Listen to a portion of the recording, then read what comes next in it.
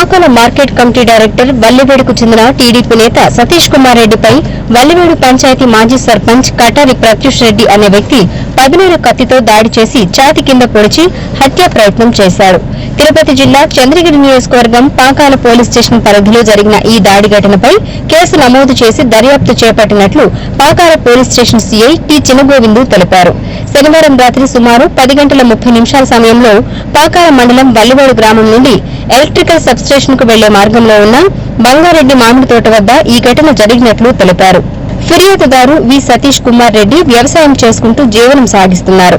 ఎన్నికలకు ముందు తెలుగుదేశం పార్టీలో చేరి ప్రస్తుతం ఆ పార్టీ కార్యక్రమాలలో చురుకుగా పాల్గొంటున్నట్లు పేర్కొన్నారు.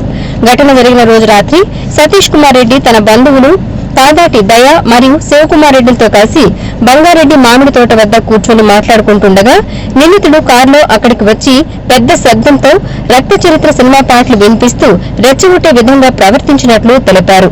అనంతరం ఫిర్యాదుదారుని వద్దకు వచ్చి పాత గలాటాలు, రాజకీయ విభేదాలను ప్రస్తావిస్తూ వాగ్వాదానికి దిగినట్లు పేర్కొన్నారు. తర్వాత నిందితుడు తన వెంట తీసుకువచ్చిన పదునైన కత్తితో ఫిర్యాదుదారునిపై హత్య చేయాలనే ఉద్దేశంతో కడుపు భాగంలో బలంగా పొడవడంతో తీవ్ర రక్తస్రావమై కుప్పకూలినట్లు ఫిర్యాదులో పేర్కొన్నారు.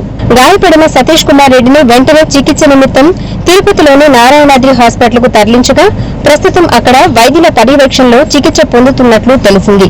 ఈ ఘటనపై ఫిర్యాదుదారు ఇచ్చిన ఫిర్యాదు మేరకు పాకాల పోలీస్ స్టేషన్ లో సంబంధిత చట్టాల ప్రకారం కేసు నమోదు చేసి దర్యాప్తు చేపట్టామని పాకాల సీఐ టి చినగోవిందు తెలిపారు. ముద్దాయి పరారీలో ఉన్నందున అతన్ని పట్టుకోవడానికి ప్రత్యేక బృందాలు ఏర్పాటు చేశారని పోలీసులు తెలిపారు.